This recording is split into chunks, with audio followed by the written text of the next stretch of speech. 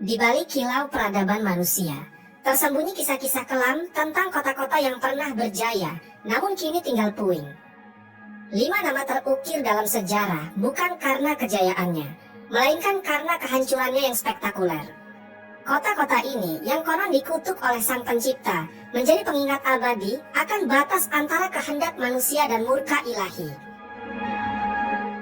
Dari debu dan abu, kisah mereka berbisik, memperingatkan generasi mendatang tentang harga yang harus dibayar atas pembangkangan dan dosa. Mari kita telusuri jejak 5 kota terkutuk ini yang nasibnya telah diputuskan oleh tangan Tuhan sendiri.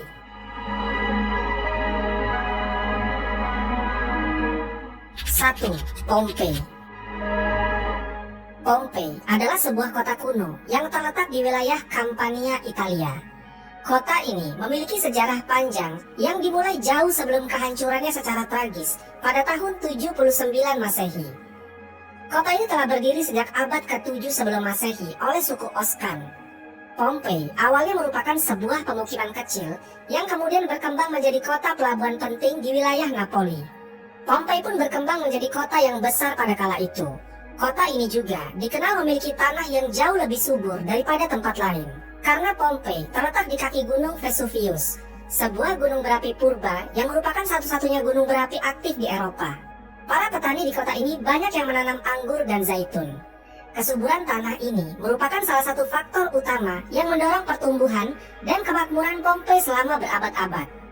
Meskipun gunung Vesuvius telah lama menjadi bagian dari landscape kota Pompei, penduduk kota tampaknya tidak menyadari bahaya yang kelak akan ditimbulkannya. Gunung Vesuvius diketahui telah tidak aktif selama berabad-abad, dan vulkanologi pada masa itu masih sangat terbatas. Kota Pompei merupakan bagian dari wilayah kekuasaan Romawi kuno. Banyak dari masyarakatnya merupakan orang keturunan Romawi. Dan di seluruh wilayah kekaisaran Romawi kuno, praktik prostitusi memang dilegalkan, tetapi Pompei menawarkan sesuatu yang lebih. Diperkirakan ada 35 rumah bordil yang tersebar di kota ini. Jumlah rumah tersebut tergolong banyak, mengingat Pompei hanya seluas 12 km persegi dengan populasi sekitar 15.000 orang. Untuk menuju rumah bordil di jalanan Pompei, diberi petunjuk arah berupa pahatan palus yang berbentuk alat kelamin laki-laki. Simbol itu untuk mengarahkan orang asing yang mungkin mabuk berat atau tidak bisa berbicara bahasa lokal.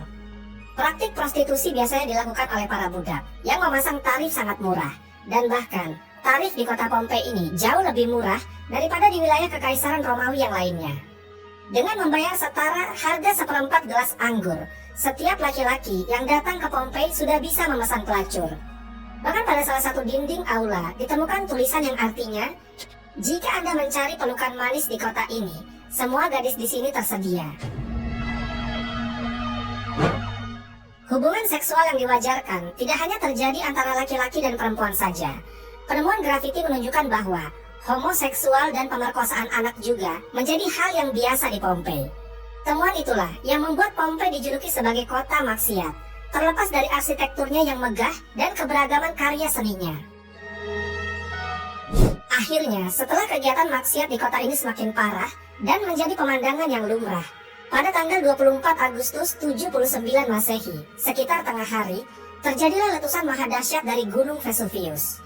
Gunung ini mengeluarkan kolom erupsi yang luas dan tinggi, hingga mencapai ketinggian 33 km. Abu vulkanik dan batu apung mulai berjatuhan di Pompei dan di daerah sekitarnya. Tebalnya erupsi menyebabkan kegelapan di siang hari, dan membuat orang-orang kesulitan untuk bernapas, sehingga penduduk Pompei banyak yang tidak sanggup melarikan diri. Kemudian pada malam hari letusan mencapai puncaknya. Serangkaian awan panas yang mematikan mulai menyapu kota dengan kecepatan tinggi dan membunuh siapapun di kota tersebut. Meskipun sulit untuk memastikan jumlah korban jiwa yang tepat, tetapi diperkirakan ada sekitar 2.000 orang yang tewas di kota Pompei. Dan meskipun banyak juga yang berhasil melarikan diri pada tahap-tahap awal letusan, tetapi mereka yang tetap tinggal atau terlambat melarikan diri menghadapi nasib yang sangat mengerikan. Kota maksiat ini hancur lebur bersama penduduknya, lalu terkubur dan terlupakan selama lebih dari 1.700 tahun. 2. Ashabul Rosh. Ashabul Rosh adalah sebuah kaum yang hidup pada zaman dahulu. Kisahnya disebutkan dalam Al-Quran sebagai salah satu kaum yang mendapat azab dari Allah Subhanahu wa Ta'ala. Nama Ashabul Rosh secara harfiah berarti penghuni sumur atau pemilik sumur. Mereka tinggal di sebuah wilayah yang kini diperkirakan berada di antara Yamamah dan Hadramaut di Jazirah Arab. Kehidupan Ashabul Rosh sangat bergantung pada sebuah sumur besar yang menjadi sumber air utama mereka. Sumur ini tidak hanya menjadi pusat kehidupan mereka, tetapi juga menjadi simbol kemakmuran dan identitas kaum tersebut. Mereka membangun peradaban yang cukup maju di sekitaran sumur ini, dengan pertanian dan peternakan sebagai mata pencaharian utama. Meskipun telah diberi nikmat berupa sumber air yang melimpah, Ashabul Rosh justru menyalahgunakan anugerah tersebut. Mereka mengembangkan sistem kepercayaan yang menyimpang dan menyembah pohon cemara besar yang tumbuh di dekat sumur mereka. Pohon ini dianggap suci dan dijadikan objek penyembahan, menggantikan Allah Subhanahu wa Ta'ala sebagai Tuhan yang seharusnya disembah. Kemusyrikan Ashabul Rosh tidak berhenti pada penyembahan pohon saja. Mereka juga mengembangkan praktik-praktik yang bertentangan dengan ajaran tauhid, seperti membuat patung-patung yang merepresentasikan dewa-dewa mereka. Kemudian melakukan ritual dan persembahan kepada pohon cemara, dan menolak ajaran-ajaran monoteisme yang dibawa oleh para nabi dan rasul.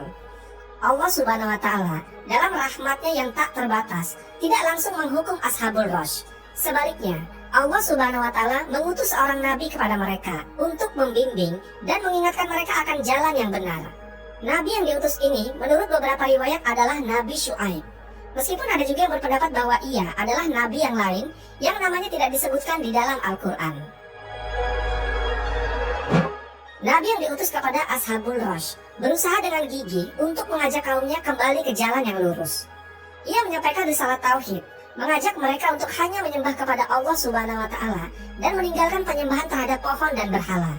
Nabi ini juga mengingatkan mereka akan nikmat-nikmat Allah Subhanahu wa Ta'ala yang telah diberikan, termasuk sumur yang menjadi sumber kehidupan mereka. Namun, seperti banyak kaum yang lain yang disebutkan dalam Al-Quran, Ashabul Rosh menolak ajakan Nabi mereka. Mereka tetap keras kepala dalam kekufuran dan kemusyrikan, bahkan mulai mengancam dan memusuhi Nabi yang diutus kepada mereka. Penolakan ini berlangsung dalam waktu yang cukup lama, menunjukkan kesabaran Allah Subhanahu wa Ta'ala dalam memberi kesempatan kepada hamba-hambanya untuk bertaubat. Setelah bertahun-tahun menolak ajakan Nabi mereka dan tetap teguh dalam kekufuran, akhirnya azab Allah Subhanahu wa Ta'ala turun kepada kaum Ashabul Rosh. Azab ini datang sebagai konsekuensi dari penolakan mereka yang terus-menerus terhadap ajaran tauhid dan ketekunan mereka dalam menyembah selain Allah Subhanahu wa Ta'ala. Menurut beberapa riwayat, azab yang menimpa Ashabul Rosh terjadi dalam beberapa tahap. Yang pertama, kekeringan dan paceklik. Allah Subhanahu wa Ta'ala mulai mengurangi curahan rahmatnya dengan menahan air hujan. Akhirnya terjadi kekeringan berkepanjangan. Tanaman-tanaman mereka mengering dan ternak mereka mulai pada mati kelaparan. Ini merupakan peringatan awal bagi Ashabul Rosh, namun mereka tetap tidak mengindahkannya. Kemudian pencemaran sumur. Sumur yang menjadi sumber kehidupan mereka tiba-tiba tercemar. Airnya berubah warna, berbau busuk, dan tidak layak dikonsumsi. Hal ini menyebabkan krisis air yang parah di kalangan Ashabul Rosh. Lalu adanya gempa bumi. Sebuah gempa yang dahsyat mengguncang wilayah tempat tinggal Ashabul Rosh. Gempa ini menghancurkan bangunan-bangunan dan infrastruktur yang telah mereka bangun selama bertahun-tahun. Dan yang terakhir, runtuhnya tanah. Puncak dari azab ini adalah ketika tanah di sekitaran sumur mereka runtuh, menelan seluruh kaum Ashabul Rosh beserta harta benda dan berhala-berhala yang mereka sembah. Sebagian riwayat menyebutkan mereka terperosok ke dalam sumur yang selama ini menjadi kebanggaan mereka. Kisah Ashabul Rosh ini disebutkan dalam Al-Quran sebagai peringatan bagi umat manusia. Allah Subhanahu wa Ta'ala berfirman dalam surat Al-Furqan ayat ke-38 sampai 39. Dan kami binasakan kaum Ad dan Samud dan penduduk Rosh dan banyak lagi generasi-generasi di antara kaum-kaum tersebut. Dan kami jadikan bagi masing-masing mereka perumpamaan, dan masing-masing mereka itu benar-benar telah kami binasakan dengan sehancur-hancurnya.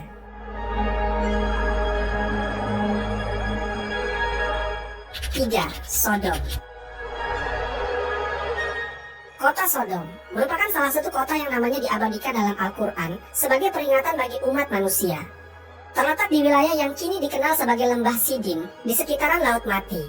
Sodom menjadi simbol kehancuran akibat perbuatan maksiat dan penentangan terhadap perintah Allah Subhanahu wa Ta'ala. Kisah tentang kota ini dan nasib penduduknya menjadi pelajaran penting dalam ajaran Islam tentang konsekuensi dari kekufuran dan perbuatan yang melanggar fitrah manusia. Menurut para sejarawan dan ahli tafsir, kota Sodom diperkirakan berada di wilayah yang saat ini termasuk dalam kawasan Yordania dan Palestina, tepatnya di sekitaran Laut Mati. Wilayah ini dikenal dengan kesuburannya pada masa lampau, dengan sumber daya alam yang melimpah. Al-Quran menggambarkan wilayah ini sebagai tempat yang penuh dengan kebun-kebun dan mata air, sebagaimana disebutkan dalam surat Ad-Dukhan ayat ke-25-26. Betapa banyak taman-taman dan mata-mata air yang mereka tinggalkan, kebun-kebun serta tempat-tempat kediaman yang indah. Kesuburan tanah dan kelimpahan air menjadikan Sodom sebagai kota yang makmur secara ekonomi. Perdagangan berkembang pesat, dan kota ini menjadi salah satu pusat peradaban di kawasan tersebut. Namun di balik kemakmuran ini, tersimpan kerusakan moral yang sangat parah di kalangan penduduknya. Masyarakat Sodom dikenal karena perilaku mereka yang sangat menyimpang dari norma-norma kemanusiaan dan ajaran agama. Beberapa karakteristik utama dari masyarakat Sodom yang disebutkan dalam Al-Quran dan hadis antara lain. Yang pertama, praktek homoseksual menjadi ciri khas yang paling menonjol dari penduduk Sodom. Al-Quran menyebutkan bahwa mereka adalah kaum pertama yang melakukan perbuatan ini, sebagaimana disebutkan dalam surat Al-A'raf ayat ke-80-81. Perbuatan ini dianggap sebagai pelanggaran berat terhadap fitrah manusia dan hukum Allah Subhanahu wa Ta'ala. Yang kedua, adanya perampokan dan kejahatan selain penyimpangan seksual. Masyarakat Sodom juga terkenal dengan tindakan kriminal mereka. Mereka sering melakukan perampokan terhadap musafir yang melewati kota mereka. Bahkan, tindakan ini seolah-olah telah menjadi budaya yang diterima secara luas di kalangan penduduk Sodom. Kemudian Allah Subhanahu wa Ta'ala mengutus Nabi Lut alaihissalam kepada kaum ini untuk meluruskan fitrah mereka sebagai manusia, serta mengenal apa yang disukai dan tidak disukai oleh Allah Subhanahu wa Ta'ala. Sayangnya, mayoritas penduduk Sodom menolak dakwah Nabi Lut alaihissalam. Penolakan dan ejekan masyarakat Sodom menolak ajaran yang dibawa oleh Nabi Lut alaihissalam dan bahkan mengejek beliau. Mereka menganggap ajaran Nabi Lut alaihissalam sebagai hal yang aneh dan bertentangan dengan tradisi mereka. Menjelang turunnya azab kepada kaum Sodom, terjadi beberapa peristiwa penting yang disebutkan dalam Al-Quran. Allah Subhanahu wa Ta'ala mengutus para malaikat dalam wujud pemuda-pemuda yang tampan untuk menguji kaum Sodom sekaligus membinasakan mereka. Para malaikat ini datang sebagai tamu ke rumah Nabi Lut alaihissalam. Nabi Lut alaihissalam merasa cemas karena mengetahui perilaku buruk kaumnya. Beliau khawatir tidak dapat melindungi para tamu dari niat jahat kaumnya. Berita tentang kedatangan tamu-tamu tampan ke rumah Nabi Lut alaihissalam menyebar dengan cepat. Kaum Sodom beramai-ramai mendatangi rumah Nabi Lut alaihissalam dengan niat untuk berbuat keji terhadap para tamu tersebut. Nabi Lut alaihissalam bahkan menawarkan kedua putrinya untuk dinikahi oleh kaum lelaki Sodom. Namun tawaran ini ditolak, menunjukkan betapa parahnya penyimpangan seksual yang telah mengakar dalam masyarakat Sodom. Para malaikat melihat kecemasan Nabi Lut alaihissalam dan kekeras-kepalaan kaumnya. Para malaikat akhirnya mengungkapkan jati diri mereka. Mereka memberitahu Nabi Lut alaihissalam bahwa mereka adalah utusan Allah Subhanahu wa Ta'ala yang datang untuk menyelamatkan Nabi Lut alaihissalam dan keluarganya yang beriman, serta untuk membinasakan kaum yang durhaka. Setelah berbagai peringatan dan dakwah yang dilakukan oleh Nabi Lut alaihissalam tidak dihiraukan oleh penduduk Sodom, Allah Subhanahu wa Ta'ala akhirnya menurunkan azabnya. Proses turunnya azab ini dijelaskan dalam Al-Quran dengan sangat detail dan mengerikan, menunjukkan betapa dahsyatnya hukuman Allah Subhanahu wa Ta'ala bagi kaum yang ingkar dan berbuat kerusakan di bumi. Al-Quran menyebutkan bahwa azab tersebut turun pada waktu subuh, sebagaimana disebutkan dalam surat Al-Hijr ayat ke-73. Bentuk azab-azab yang ditimpakan kepada kaum Sodom dijelaskan dalam Al-Quran dalam berbagai bentuk. Yang pertama, hujan batu. Allah Subhanahu wa Ta'ala menurunkan hujan batu dari langit yang menghancurkan kota Sodom. Ini disebutkan dalam surat Al-Hijr ayat ke-74. Kemudian yang kedua, kota Sodom juga diguncang dengan gempa yang dahsyat. Ini disebutkan dalam surat Al-A'raf ayat ke-78. Dan yang terakhir, Al-Quran juga menyebutkan adanya suara yang mengguntur yang mengiringi azab tersebut, sebagaimana disebutkan dalam surat Al-Hijr ayat ke-73. Sebelum azab diturunkan, Nabi Lut alaihissalam dan para pengikutnya yang beriman diperintahkan untuk meninggalkan kota. Mereka diselamatkan oleh Allah Subhanahu wa Ta'ala sebagai rahmat bagi orang-orang yang beriman. Namun, istri Nabi Lut alaihissalam yang tidak beriman ikut dibinasakan bersama penduduk Sodom lainnya. Satu hal yang paling mengerikan dari azab yang ditimpakan kepada Sodom adalah pembalikan kota tersebut. Al-Quran menyebutkan bahwa Allah Subhanahu wa Ta'ala membalikan kota Sodom, menjadikan bagian atasnya di bawah dan bawahnya di atas. Ini menunjukkan kehancuran total yang dialami oleh kota tersebut. 4. Legetang.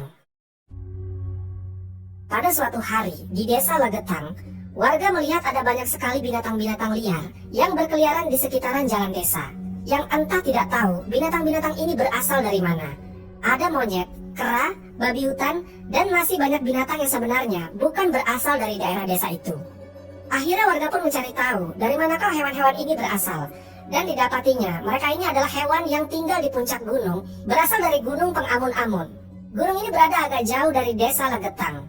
Akhirnya dibentuklah musyawarah di desa Legetang untuk menyikapi peristiwa ini. Mereka pun menyimpulkan kenapa hewan-hewan ini turun gunung. Itu dikarenakan akan terjadi musibah besar. Ya, karena hewan-hewan dikatakan bisa memprediksi akan musibah di masa depan. Akhirnya, para warga dari desa Legetang memutuskan untuk kerja bakti membuat paritan di lembah gunung Pengamun-Amun karena mereka beranggapan bahwasanya akan terjadi longsor. Maka mereka pun berangkat ke lembah gunung. Jarak antara desa dan lembah gunung ini dipisahkan oleh perkebunan warga. Jadi artinya, jarak antara gunung Pengamun-Amun dan desa Legetang itu lumayan jauh karena dipisahkan perkebunan dan lembah. Maka dibuatlah paritan itu dengan beramai-ramai oleh warga desa dengan maksud antisipasi bencana alam. Desa Legetang terletak di dataran tinggi Dieng, Kecamatan Batur, Kabupaten Banjarnegara, Jawa Tengah. Desa ini punya potensi tanah yang subur dibanding dengan desa-desa lain yang ada di sekitarnya. Jadi umpamanya, ada yang menanam semangka di desa lain, itu paling besar bisa seberat 6 kg. Namun jika semangka itu ditanam di Legetang, beratnya bisa mencapai 10-12 kg. Maka setelah parit itu dibuat, aktivitas di desa Legetang berjalan seperti biasanya.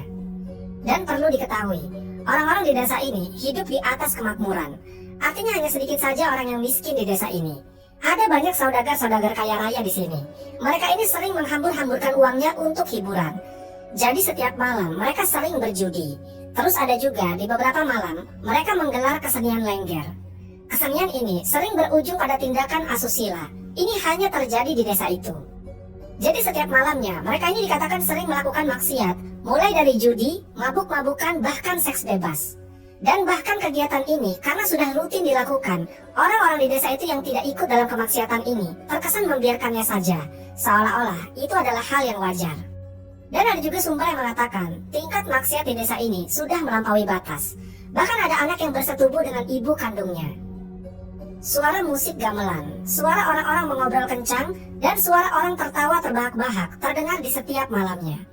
Tiba-tiba, di suatu malam pada tanggal 17 April 1955, terjadi hujan yang sangat lebat. Bahkan saking lebatnya, ketika itu, orang-orang takut untuk keluar rumah. Petir menyambar-nyambar, dan suara guntur yang mengerikan pecah di atas langit yang berawan gelap.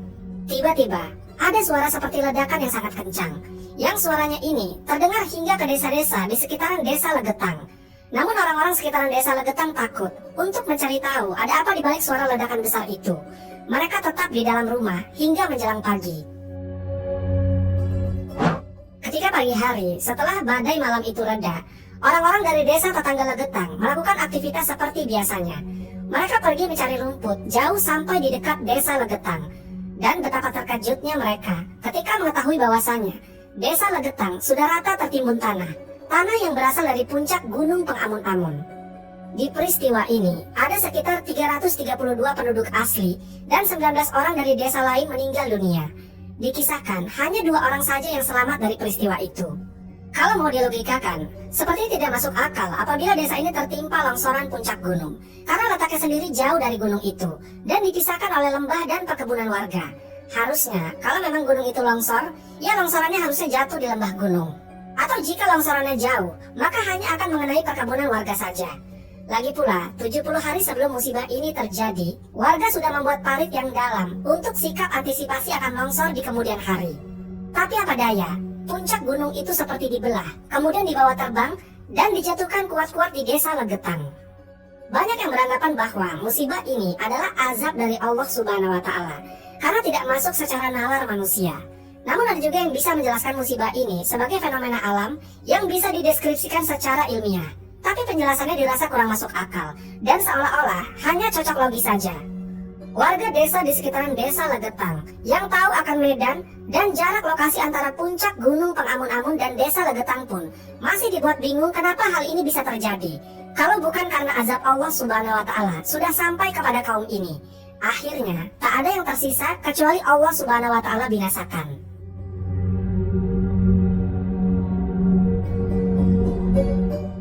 5. Madain Saleh. Madain Saleh, yang juga dikenal sebagai Al-Hijar, adalah salah satu kota kuno yang paling misterius dan penuh sejarah di wilayah Arab. Berlokasi di barat laut Arab Saudi, kota ini merupakan situs arkeologi yang menjadi saksi bisu kejayaan masa lampau dari kaum Samud, yaitu salah satu bangsa kuno yang pernah mendiami wilayah tersebut. Dalam sudut pandang Islam, Madain Saleh memiliki makna yang sangat mendalam, terutama terkait dengan kisah kehancuran kaum Samud akibat pembangkangan mereka terhadap perintah Allah Subhanahu wa Ta'ala. Madain Saleh adalah salah satu kota penting yang didirikan oleh kaum Samud, sebuah bangsa Arab kuno yang sangat terkenal dalam sejarah Islam. Kaum Samud adalah keturunan dari kaum Ad, yang juga merupakan kaum yang dihancurkan oleh Allah Subhanahu wa Ta'ala karena kedurhakaan mereka. Kaum Samud terkenal karena keahlian mereka dalam memahat gunung-gunung batu menjadi rumah dan istana yang megah. Keindahan arsitektur mereka tercermin dalam peninggalan-peninggalan yang masih dapat kita lihat hari ini di wilayah Madain Saleh. Dalam Al-Quran, kaum Samud disebutkan sebagai salah satu umat yang diberi banyak nikmat oleh Allah Subhanahu wa Ta'ala. Namun, mereka tidak bersyukur dan malah berpaling dari jalan yang benar. Allah Subhanahu wa Ta'ala mengutus Nabi Saleh alaihissalam kepada kaum Samud untuk mengajak mereka kembali ke jalan yang benar dan meninggalkan segala bentuk kemaksiatan yang mereka lakukan. Nabi Saleh alaihissalam adalah seorang nabi yang penuh kesabaran dan kebijaksanaan. Beliau diutus untuk membawa pesan tauhid kepada kaum Samud dan memperingatkan mereka tentang azab yang akan datang jika mereka terus dalam kesesatan. Salah satu faktor utama yang menyebabkan kehancuran kaum Samud adalah perilaku maksiat dan penyimpangan mereka dari ajaran Allah Subhanahu wa Ta'ala. Kaum Samud adalah bangsa yang diberi banyak kenikmatan duniawi, namun mereka tidak menggunakannya untuk bersyukur kepada Allah Subhanahu wa Ta'ala. Mereka justru terjerumus dalam berbagai bentuk kemaksiatan, seperti penyembahan berhala, penindasan terhadap orang lemah, dan kehidupan yang penuh dengan kemewahan dan kesenangan duniawi.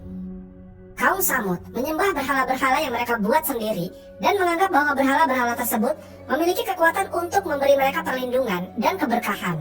Mereka lupa bahwa segala sesuatu yang ada di dunia ini adalah ciptaan Allah Subhanahu wa Ta'ala, dan hanya kepadanya lah mereka seharusnya menyembah dan memohon perlindungan. Selain itu, kaum Samud juga terkenal karena kesombongan mereka. Mereka merasa superior karena kekayaan dan kemampuan mereka dalam membangun kota-kota megah dari gunung-gunung batu. Kesombongan ini membuat mereka menolak ajaran yang dibawa oleh Nabi Saleh alaihissalam. Bahkan mereka mengejek dan menentang peringatan yang diberikan. Sebagai bentuk kasih sayang Allah Subhanahu wa Ta'ala kepada kaum Samud, Allah Subhanahu wa Ta'ala memberikan sebuah mukjizat melalui Nabi Saleh alaihissalam, yaitu seekor unta betina yang keluar dari batu besar sebagai tanda kebenaran ajaran yang dibawa oleh Nabi Saleh alaihissalam.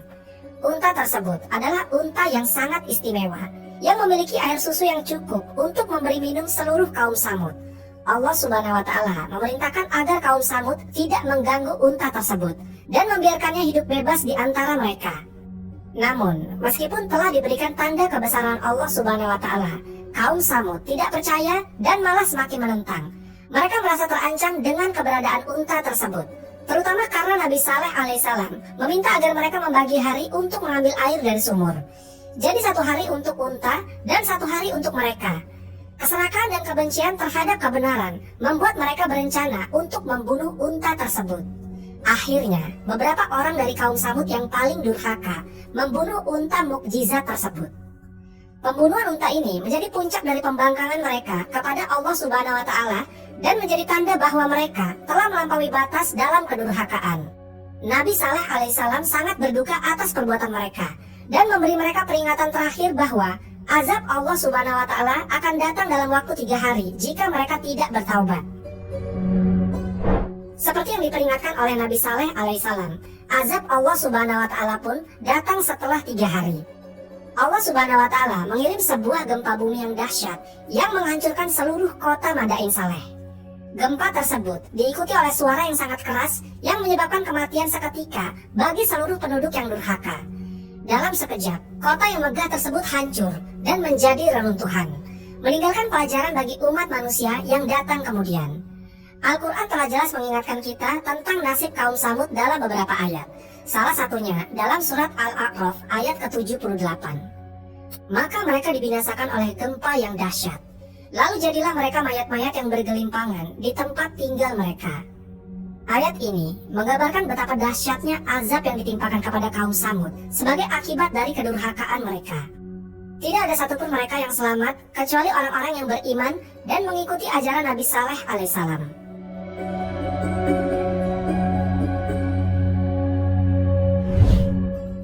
Wallahu a'lam bishawab. Semoga kisah ini bermanfaat. Lebih dan kurangnya mohon dimaafkan. Yang benar datangnya dari Allah Subhanahu wa Ta'ala. Khilaf atau keliru itu datangnya dari saya pribadi sebagai manusia biasa. Sampai ketemu di kisah-kisah seru yang penuh makna selanjutnya. Saya akhiri. Wassalamualaikum warahmatullahi wabarakatuh.